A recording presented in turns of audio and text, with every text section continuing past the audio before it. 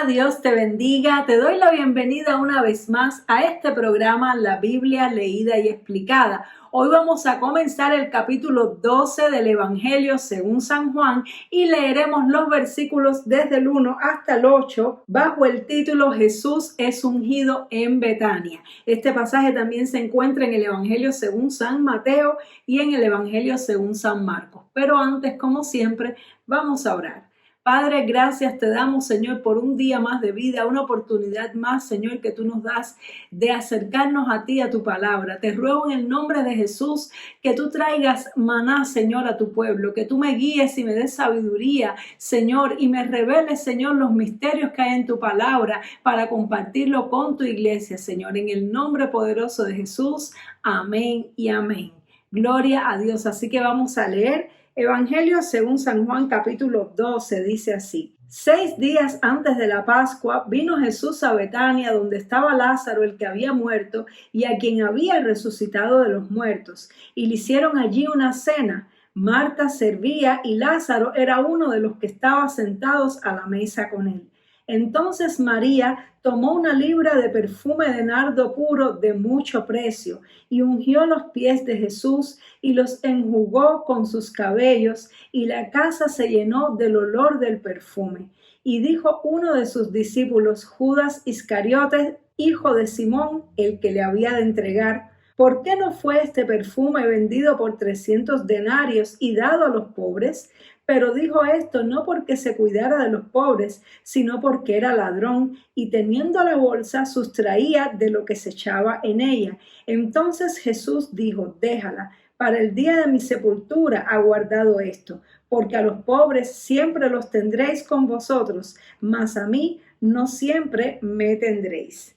Aleluya, qué lindo pasaje y qué lleno de cosas especiales. Vamos a irlo desglosando, vamos a irlo viendo paso por paso. Primeramente nos dice aquí la palabra del Señor que Jesús 6 días antes de la Pascua se acercó a Betania. Recordemos que estuvimos viendo en el capítulo anterior que Jesús, después que resucitó a Lázaro, se levantó una gran persecución contra él, querían matarlo y tuvo que alejarse, tuvo que prácticamente esconderse porque los judíos querían matarle. Sin embargo, Jesús entendía cuáles eran los tiempos para él hacer cada cosa, y él no se escondió por miedo, él no huyó por temor, sino porque él sabía que tenía que cumplirse la palabra de Dios en su tiempo y en su momento. Y es que Jesús se estaba preparando porque él sabía que durante esta celebración de la Pascua era que él tenía que dar su vida como cordero perfecto, como cordero inmolado,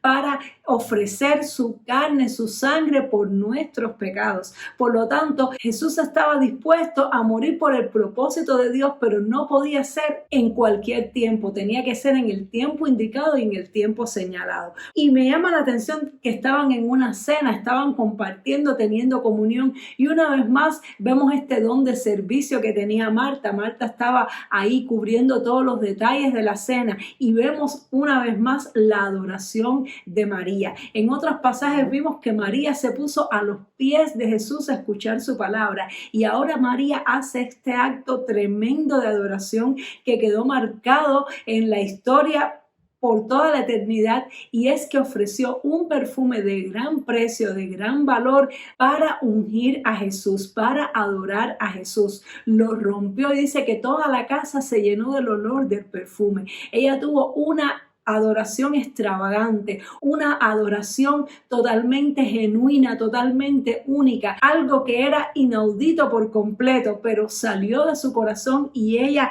lo hizo de esta manera. Y dice que esta adoración tan profunda, tan tremenda, con la que María, la hermana de Lázaro, adoró a Jesús, produjo algo en el corazón de Judas Iscariote. Es algo tremendo, y eso nos enseña que cuando tú y yo servimos a Dios con pasión, cuando tú y yo servimos a Dios con devoción, van a haber Judas Iscariotes que están a nuestro alrededor, que van a sentir envidia, que van a sentir celos, que se van a incomodar producto de nuestra pasión, producto de nuestro amor y nuestra devoción por el Señor. Eso es algo que tú y yo tenemos que saber y que no podemos eludir, porque es algo que ciertamente va a pasar. En esos momentos donde suceden cosas extraordinarias, entonces también sale a la luz lo que hay en el corazón de las personas. Y Judas Iscariote no se pudo aguantar, no se pudo contener los celos que tenía, la envidia que tenía y los deseos de robar que tenía, porque dice que Judas Iscariote era el que llevaba la bolsa, era el que llevaba el dinero de los discípulos y dice que era ladrón porque sustraía de ella. Y esto a mí realmente me sorprende mucho y me llama la atención, porque normalmente nosotros como seres humanos nunca le daríamos el dinero a una persona que sabemos que es ladrón y que roba de la bolsa, sino que todo lo contrario, nosotros nos aseguraríamos de escoger para este ministerio a una persona que fuera lo más íntegra, lo más intachable en cuanto a eso para poder delegar una responsabilidad tan grande. Y mi pregunta es, ¿acaso no sabría Jesús que Judas extraía dinero? Él sí lo sabía. Sin embargo, él dejó que fuera de esta manera. Él toleró el mal comportamiento de Judas, los pecados de Judas. Él toleró que él robara, que extrajera dinero traicionando de esta forma al Señor, y él pudo soportar todo esto. Quiere decir que Judas no traicionó solamente al Señor en el último día en que lo entregó con un beso y lo vendió por 30 piezas de plata. Ya Judas estaba traicionando al Señor, porque tomar de las ofrendas y robar, eso es traición, y sin embargo ya Jesús estaba soportando esta traición.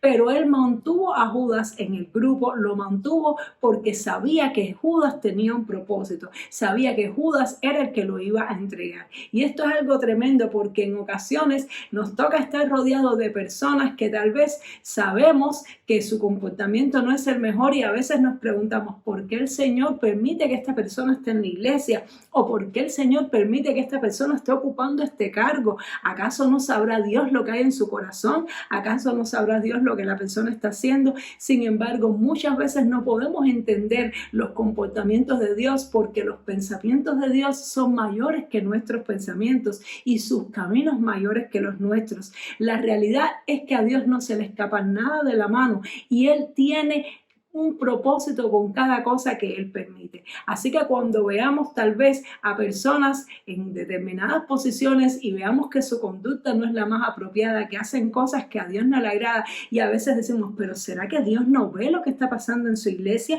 ¿Será que Dios no sabe que estas personas están haciendo esto? Dios sí lo sabe, pero Él permite eso con un propósito. Tal vez uno de los propósitos de haberle dado la bolsa a Judas era tal vez probar lo que había en su corazón para que se manifestara, y tal vez era que los demás tal vez no fueran tentados en esa área, sino aquel que se sabía ya que iba a ser para perdición. Realmente es un misterio por qué Dios permitió que Judas Iscariote fuera el que llevara el dinero del ministerio de Jesús, pero la realidad es que el Señor lo sabía y lo soportó.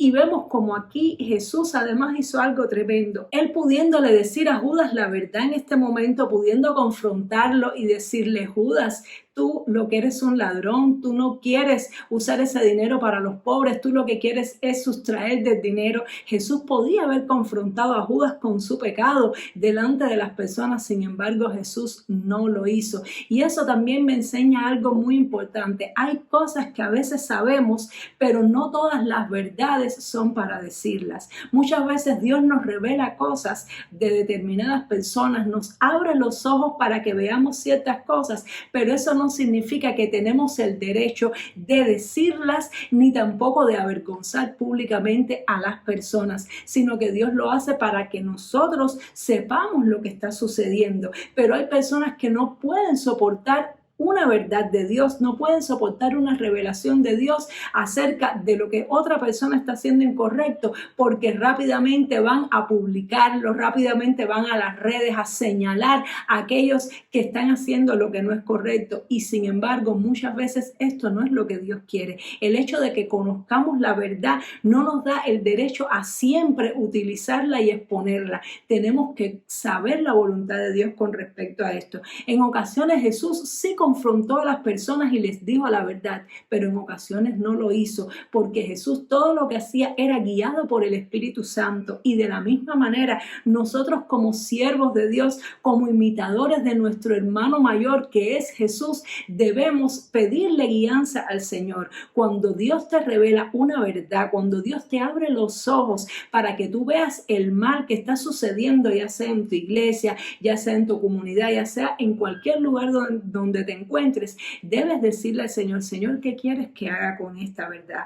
Debo orar, porque a veces Dios nos muestra cosas simplemente para que tú y yo oremos por eso, para que podamos ser intercesores, para que Él pueda revertir la situación. O en ocasiones Dios nos dice, quiero que confrontes a la persona, y entonces llamamos a la persona en privado y la confrontamos. Y ya en el último caso más extremo es una confesión o una publicación de la verdad en público. Y no siempre, la mayoría de las veces, esto no es lo que nos manda a hacer el Señor. La Biblia dice que un día todos los que servimos a Dios vamos a comparecer ante el tribunal de Cristo. Si bien es cierto que no vamos a ser juzgados en el juicio del trono blanco por nuestros pecados, sí es cierto que vamos a tener que dar cuentas de todo lo que hemos hecho durante nuestra vida cristiana, de qué manera servimos a Dios, cómo tratamos a las personas, si las hemos maltratado, si nos hemos humillado, si hemos perdonado, si nos hemos arrepentido, si hemos sanado.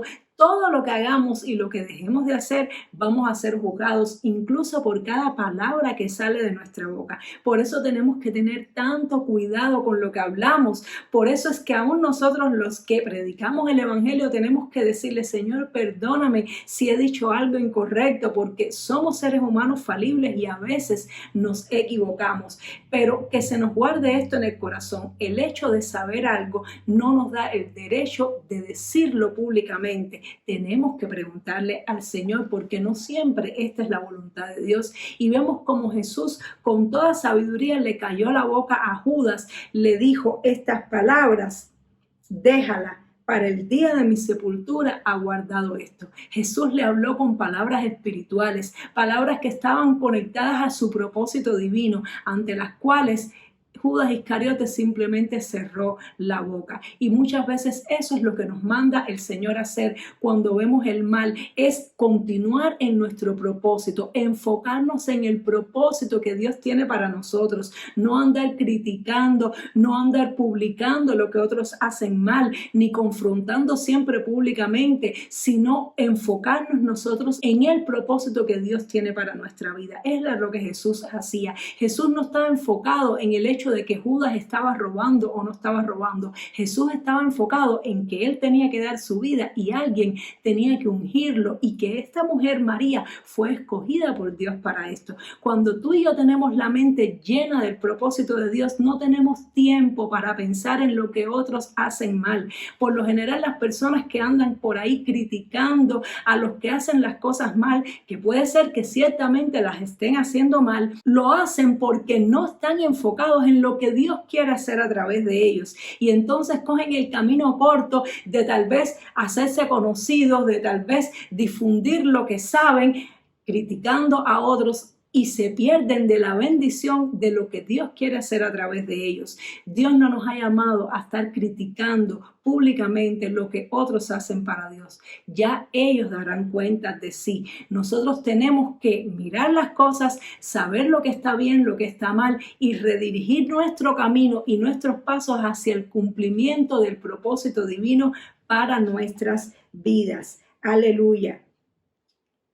Y termina Jesús diciendo esta frase tan conocida, porque a los pobres siempre los tendréis con vosotros, mas a mí no siempre me tendréis. ¿Y esto qué significa? Esto significa muchas cosas. Primeramente, Jesús dice algo que es una profecía. La pobreza, tristemente, es consecuencia del pecado. Y mientras exista pecado en el mundo, existirá pobreza. Aunque los gobiernos y la sociedad trate de erradicar la pobreza, esto es algo que no se va a poder erradicar hasta que Cristo venga, porque aquí lo dijo, a los pobres siempre los tendréis, porque las causas de la pobreza son muchas y son muy diversas, y hay personas que aún teniendo la oportunidad de salir de la pobreza, eligen la pobreza porque quieren seguir en sus pecados o en un comportamiento de vida vicioso o incorrecto. No significa que nosotros no debemos luchar contra la pobreza, no significa que Dios no quiera que ayudemos a los pobres, debemos ayudarlos, pero aquí el Señor nos muestra algo. Él nos muestra que no todas nuestras ofrendas tienen que estar motivadas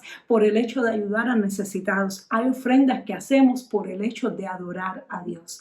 Hay momentos en que Dios nos va a mover el corazón para que ofrendemos simplemente como un acto genuino de adoración a Él, que lo demos para su obra, independientemente del uso que los líderes de la iglesia decidan darle a ese dinero. Eso me recuerda mucho a la viuda pobre que Jesús relató que dio las 2 únicas monedas que tenía, las echó en la ofrenda, y no sabría esa viuda que tal vez esos fariseos no usaban correctamente ese dinero o se aprovechaban. No sabría esa viuda que había muchos ricos que echaban su dinero allí. Sin embargo, ella echó sus últimas monedas que tenía para su sustento, no porque eso fuera a ayudar a ningún pobre, sino que lo hizo como un acto de adoración a Dios. Y eso debe ser algo que nos mueva a ofrendar, que nos mueva a entregar, no simplemente el hecho de que se le pueda dar o no ese dinero a los pobres, sino que Dios quiere que nosotros ofrendemos como un acto de adoración,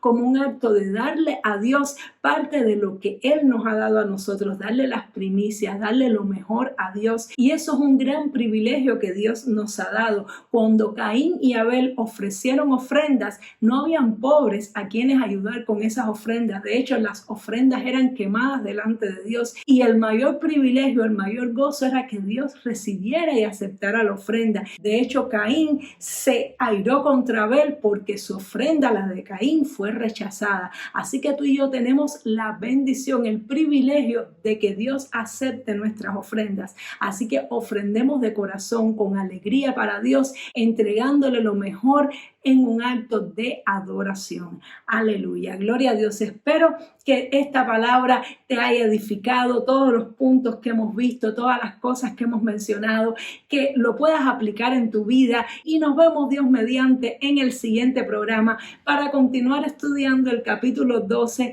del Evangelio según San Juan. Dios te bendiga mucho. Chao.